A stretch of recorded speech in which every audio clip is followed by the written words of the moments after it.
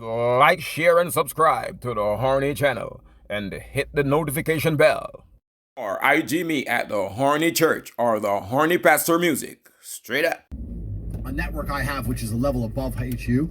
Everything I've talked about with brotherhood and people you can trust and capable people, that's what the War Room is. The War Room are people who have come along and we've all agreed, very much like me and Tristan have a relationship. It's 2,100 men now in 72 countries, and we've all basically signed a contract. We're brothers. So I have 15 businesses operating inside of there. Businesses are opening all the time. No one's ever been snaked. No one's ever been robbed. It's just 2,100 guys making money all around the world. We're doing everything you can possibly imagine, bro. From selling olive oil to private jets, you name it. We got it all going on. So this is serious. It's very much like the Freemasons, but cooler. Yeah. So that's the War Room. So we got that brotherhood aspect as well. But yeah, it's all about people. It's all about network. That's the truth about it. You know what I want to ask you, yeah? There's a lot of clips of you, giving stories of where in scenarios anyone else would have died, something like that. There was a story on Tate's Beach, right, where you're driving the 911, some guy in a super fast comes past. Yeah. If anyone else was driving, they would have died, yeah? Where does this killer survival instinct from Tate come from? I think the world is a violent place. I think there's violence all around us. I think that I view the world in a violent way. And I don't mean that in a negative context. I say a lot of things and people take them as negative, but I see them as positive, right? Like I say I'm an angry person and people imagine me to be like unhappy. Yeah. I'm super happy, but I'm angry. Quite so. Angry's motivating to me. You can't sleep if you're angry, so you better work, right? So I'm an angry guy, but I'm a happy guy. And I see the world as a violent place. I've always seen it as a violent place. If most people look at a tree, they see a beautiful tree, right? If I look at a big, strong, beautiful tree, I think he must have fucked up every other little sapling around him. Listen to Tate right? Right, he destroyed his enemy. That's how he got to the top. You see a beautiful tree, I see violence. You understand? And that's the true nature of the universe. You have to learn that you have to take things from other people. And by taking it, I'm not saying go rob a bank. I'm not saying that. I'm saying completely the opposite. You can be a philanthropist. I'm taking money from everyone inside of HU, but I'm changing their lives. It's a good thing. You can take money in a positive way. Most people don't look at life that way. And when you look at life that way, you need to start identifying. One of the things we teach inside of HU is to identify every single time your money is taken from you. So I say this to people. I say for the next 2 weeks, every time you spend money, Hustlers University, HU. It's buffing. May I listen to this? Just walk up on it and may I listen to me and share it with the item to you. See that? Even if it's a pound, write down how they got it from you. They're like, what do you mean? I'm like, all right, cool. You're walking down the street. You're going to Starbucks. You buy a coffee. Why did they take your money? Well, I wanted coffee. Yeah, but how? Okay, you wanted coffee, right? Cool. Did you only want a coffee because you saw Starbucks, or did you want coffee beforehand? Why did you want their coffee and not another coffee? Did you buy a cake as well? Why did you buy a cake? All right, cool. So now you identified how they took your money. Then realize how they could have took more of your money. You bought a cake, but you didn't buy a sandwich. Why? The sandwiches weren't on display, or they looked cold, or they looked rubbish. Or the woman who was serving me was old and ugly. Maybe she was a young cutie and talked to me about bologna sandwiches, or I bought one.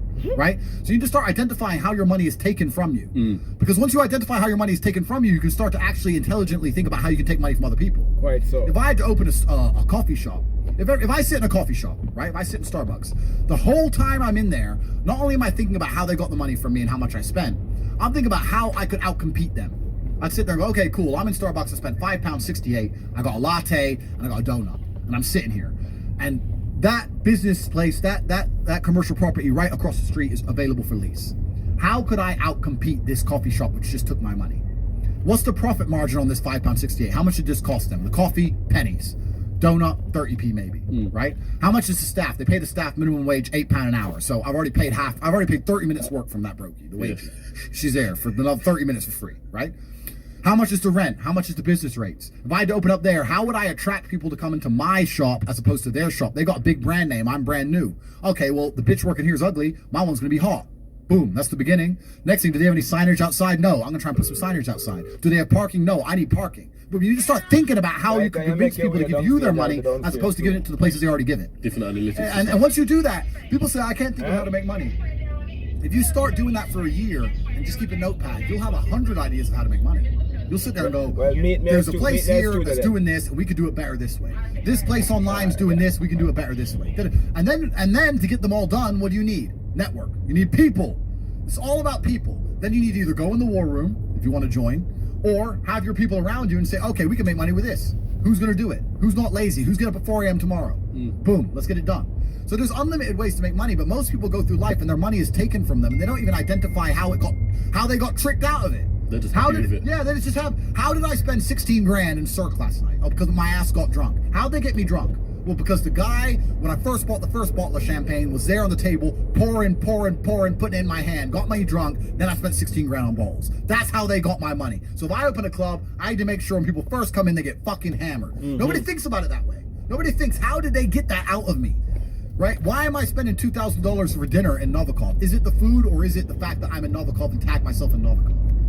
You have to identify how you're getting famoosed, how you're getting finessed. That's how you do it. But most people just walk through life getting finessed left, right, and center, giving all their money up. Now they're like, oh, how did that happen? You got to learn to finesse other people. Yeah, but it's not finessing in a negative way. It's in a good way. It's a good way. You have to take money from other people. That's the only way you're going to make money. Yeah. You have to take it. There's a pimp, and he said a really intelligent line. He said, business is just other people's money. That's all business is. I want to start a business, so you want other people's money. That's what you want. So how are they going to give it to you? You have to think about it. Nobody thinks about it. And the easiest way to think about it is to think how you're giving yours away. That's a mental model you should adopt. Yeah. And you'll end up with loads of business ideas. Business ideas are everywhere. It's just execution which is difficult. You know what? Going back to what we said earlier about the survival instinct here. At the end of the day, the way I see it is, and this relates to Islam as well. Yeah, I'm a Muslim. Yeah. At the end of the day, when day of judgment comes and all that stuff, it's every man for themselves essentially, right? Yeah. Am I right in saying that? Yeah. Every man for themselves, and that's where that comes through. So you're prepared for that. And I saw in clips as well that you've got understanding and sort of respect for Islam. So a massive respect for it. I have a massive respect for Islam because they have principles which they refuse to bend on, and we live in a world now where every single principle is being constantly bent and broken. Yeah. And I like to see a fundamental, or I like to see a mental model which is rigid. Yeah. There's nothing left rigid anymore. The law isn't rigid. Christianity isn't rigid. Right. Like the only thing you can sit there and say they will not bend or they will not break is Islam. So I have absolute respect for them because it's just a masculine imperative. It's just a masculine mindset to have. And as a man, I respect people who say what they mean what they say. Those are the rules. Oh, you don't like it? Tough. And besides Islam, there's not much of that left in the world now. Yeah. Now everything's just bending and breaking and they're making it up. Yeah. Like I think Christianity is a joke. I think it's a joke of a religion. If someone were to ask me my religion, I would have to say, if I was to find God, it would have to be via Islam, because how am I going to go to a Christian church when they got gay pastors and shit? Well, the Bible says no, and you're just ignoring it. What is this? It's not even a thing. Like to me, it's a joke of a religion now. I think it's a joke. So if you're gonna bend all your own rules, if you're gonna be tolerant of everything and stand for nothing, then I don't think you have it. It's just like people are getting onto the president of Qatar, because he's not allowing gay pride or flags or anything to be shown in the World Cup. Yeah. Right. So what's your opinion on people expressing their communities, for example? My opinion is that you're in Qatar. Yeah. So no, but I'm talking about in general though. In general, people expressing their happiness for gay pride and stuff like that. The problem is, and I don't want to come across as homophobic, and I don't want to get this video taken down either. But the problem is that a lot of these things are not what people think they are. There are people who think so surface level. The people inside the Matrix think surface level. They sit there and think, this is only about accepting what gay people want to do. I don't care what gay people want to do. I'm not homophobic. I don't give a shit what you want to do. It's not about that. What's actually happening is that the New World Order and people who are in charge of the world are using certain agendas to enforce. They're using them as a disguise to enforce hidden things. You understand? It's like the Green New Deal. They come along and say global warming, global warming, global warming. They pretend it's about the planet, but really it's about just raising taxes to the sky, locking you in your house and taking your car away. They don't give a shit about the planet. It's a disguise. So the people who are in charge of the world are using certain agendas which they don't want you to argue against to sneak in a bunch of other legislation, a bunch of other rules. And the whole pro-gay acceptance thing is exactly the same. It's nothing to do with gays. The people who are in charge of the world don't care about anyone but themselves. They don't care about you, whether you're gay or straight. They're not interested. What they're interested in doing is controlling the minds of people and affecting the way people operate in a way which is beneficial to them. I don't want to get too political on this podcast to say what they're really doing, because the video will get taken down. But anyone who has a brain, who wants to go and find out, you will find out that all this green agenda they're pushing has nothing to do with the environment. Right, so. Quite so. I think that too. Just want to get you out of your ride. Or control. If they gave a shit about global warming and rising sea levels, why does every single multimillionaire and billionaire buy a house on the beach? It's the first place they buy their mansion. I thought we're all going to drown next year. Bollocks, bro. It's a lie. It's all a lie. They don't care. But by saying that, now there's carbon credits, carbon limits. You can't drive your car past 8 p.m. because of the environment. You can't eat meat anymore because of the environment. Stay home, eat the bugs, be a slave, be a slave, be a slave. Every single government in the world is interested in control. That's all they've ever wanted. That's all they ever want more of. Governments want control. They want to control their populace. They think of us as sheep. We're cattle to them. They want us to comply. They don't want our individuality. They don't want us to think for ourselves. They want us to just sit there and obey like robots.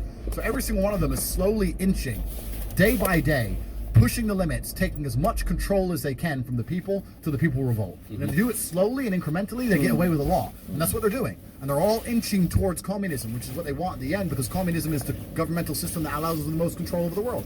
People sit there and go, oh no, the governments don't want communism, the governments want free enterprise, because governments want money, and governments want everyone to be rich, and they want people to be wealthy. This is beyond money. The people in charge of the world print the money. They don't care about money. Next time. They don't care about... Like, share, and subscribe to the Horny channel and hit the notification bell. Or IG me at the Horny Church or the Horny Pastor Music. Straight up.